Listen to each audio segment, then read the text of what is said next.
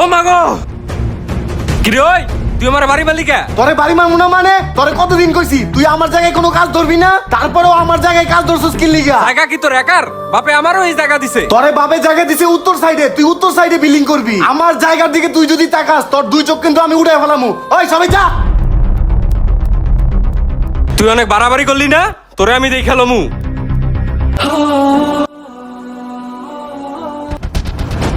আব্বা মিনালের কত বড় সাহস, ওই আমার জায়গায় এসে কাজ ধরছে। তুমি ওরে মানা করো নাই আমি ওই জায়গায় কাজ ধরমু? আরে বাবা মিনাল তোর আদর ছোট ভাই, তোরা দুজন মিলামিশা থাকবি।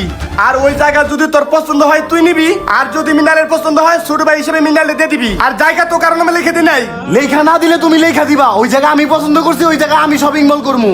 কেন তুমি তো সবই জানো, তুমি ওরে কয়ে দিবা ওই জানি আমার জায়গা দিকে চোখ না দেয়। ওই যদি চোখ দিছে ওর চোখ কিন্তু আমি উঠায় ফেলামু। মিনাল আসুক তারপর আমি কথা বলবো নি। দাদা বড় ভাই কিন্তু আব্বার থেকে সব জায়গায় আর পছন্দ মতো নিছে। আমি এক জায়গা পছন্দ করে নিছি, এই জায়গায় গিয়ে আজকে কাঁচা বাধা দিছে।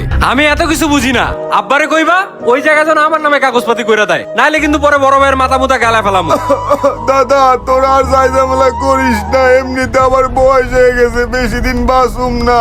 আচ্ছা যা, তোর বাপ আইলে আমি বলুম নি, তোকে দুই বাইরে জানি জমি সমান ভাবে ভাগ করে দেয়। আব্বারে যা বুঝানির বুঝাইও, ওই জমি আমার লাগবো মানে লাগবোই। অলে আমি 14 তলা ফাউন্ডেশন দিয়ে বিল্ডিং বানাবো, ঠিক আছে?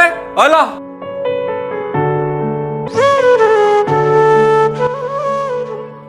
হয় জীবন, ওই দাঁড়া।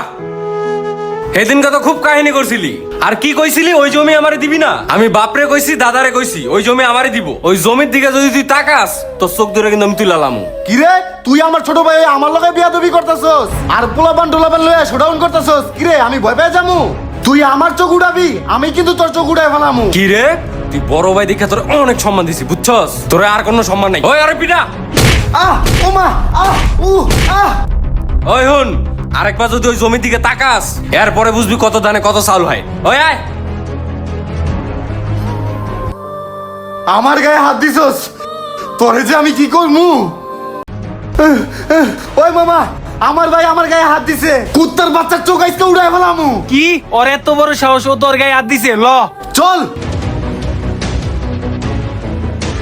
কিরে ওই তোর কত বড় সাহস, তুই আমার গায়ে হাত দিছস? তোরে কয়বার কইছি তুই আমার জায়গার দিকে তাকাবি না, তাকাইলে তোর চোখ উড়ে ফেলামু। আজকে তোর সত্যি সত্যি চোখ উড়ে ফেলামু। ওই মার। ওমা ওমা ওমা উফ আহ! ওই সর সর, তুই যেই চোখ দিয়ে আমার জায়গার দিকে তাকাইছস ওই চোখই আজকে উড়ে ফেলামু। এ কে কই আছস? তাড়াতাড়ি আয়, আমার চোখ উড়ে লাইছে। ওই মামা তুই তোর চোখ উড়ে লাইছস, এখন তো পুলিশ আইবো, পুলিশ আইলে তো আমগো ধরে লয়ে যাইবো। ল এখান থেকে কাইটা পড়ি। হ পালাই তাড়াতাড়ি। আহ আহ ওই কে কই আছস রে? তাড়াতাড়ি আয়, আমার চোখ উড়ে লাইছে।